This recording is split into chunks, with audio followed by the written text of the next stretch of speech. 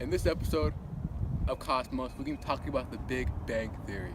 Welcome to Cosmos.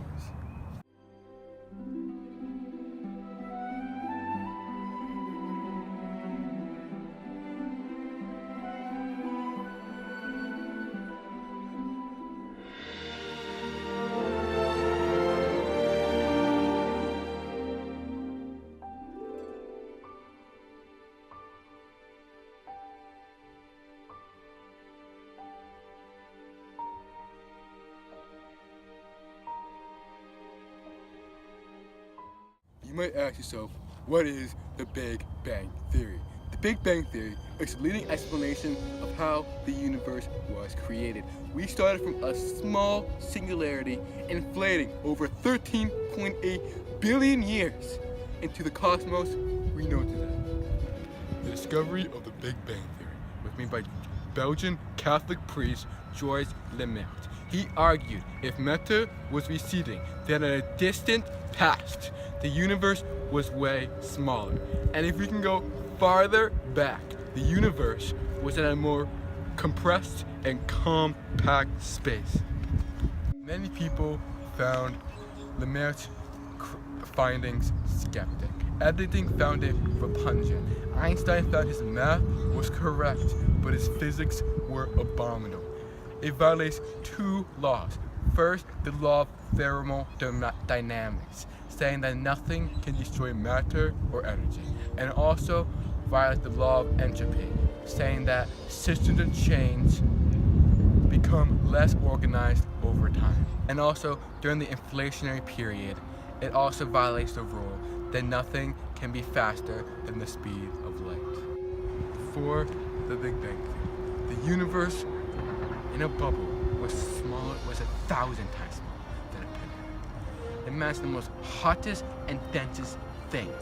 Then it suddenly exploded. In a fraction of a second, the universe went from the size of an atom to the size of an entire galaxy. During this, the entire universe cooled, producing matter and antimatter. These atoms destroyed each other, but some matter survived. These were protons and neutrons.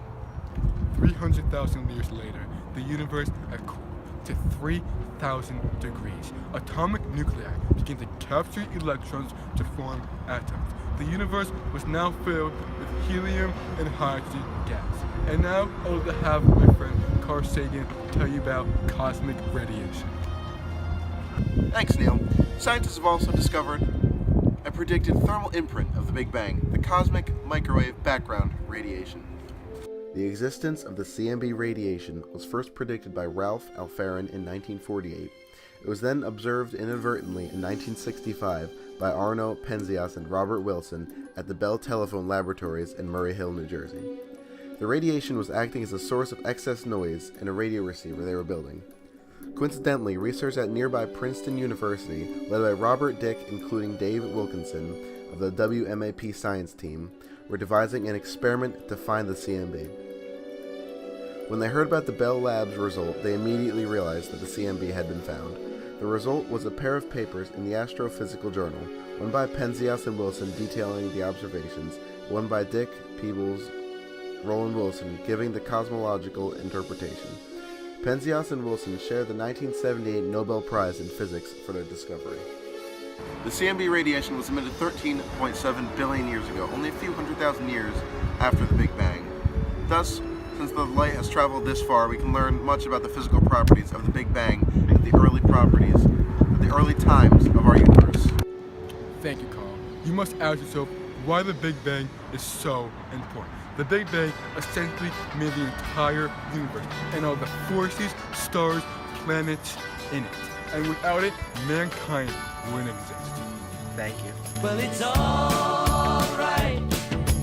Riding around in the breeze. Well, it's alright. Many people argued about Lemaire's findings.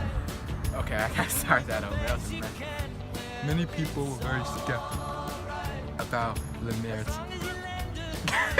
Some critics say during when the stars and suns. critics say that during when the formation of the stars. Okay.